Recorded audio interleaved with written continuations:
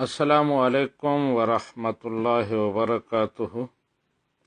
You کے سے ایک بہن نے سوال بھیجا ہے کہ ایام مخصوصہ میں عورت کیا کر سکتی ہے اور کیا نہیں کر سکتی۔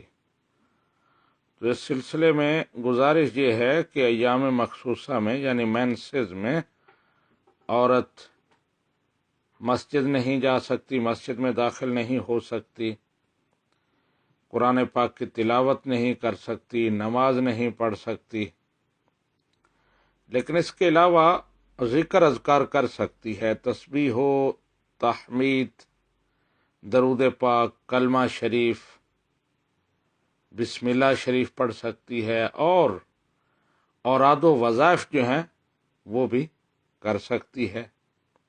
قرآن پاک کی تلاوت نہیں کر سکتی، حتیٰ کہ قرآن پاک کے الفاظ بھی، یعنی کہ رکوع دو رکوع بلکہ قرآن کی کوئی آیت، چھوٹی سے چھوٹی آیت ہے، وہ بھی نہیں پڑھ سکتی، اور اگر الفاظ بھی کبھی مجبوری کے تحت پڑھنے پڑ جائیں تو ان کو توڑ کر ہجے کر کے پڑھے، مکمل پڑھنے کی اجازت نہیں ہے۔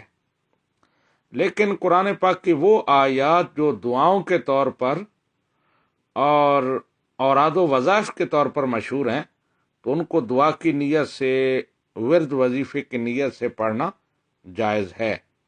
جیسے الحمدللہ رب العالمین قرآن پاک کی آیت ہے، لیکن یہ جب کوئی نعمت ملتی ہے تو کلمات شکر کے طور پر پڑھی جاتی ہے، تو اس کو کلمات شکر کے طور پر پڑھنا یہ جائز ہے، عورت کے لیے بھی اور مرد کے لیے بھی جب غسل واجب ہو۔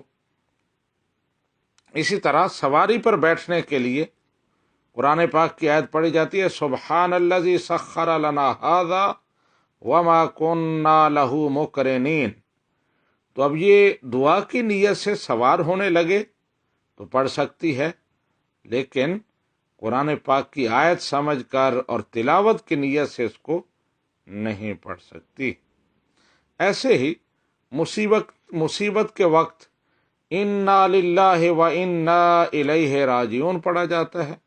اب یہ بھی قرآن پاک کی آیت ہے، تو قرآن پاک کی آیت اور تلاوت کے قصد سے یہ نہیں پڑھ سکتی، لیکن مصیبت کے وقت کسی کی موت کی خبر سنے تو یہ پڑھ سکتی ہے۔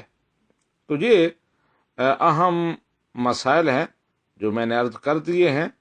ھذا ما عندی واللہ اعلم بالصواب۔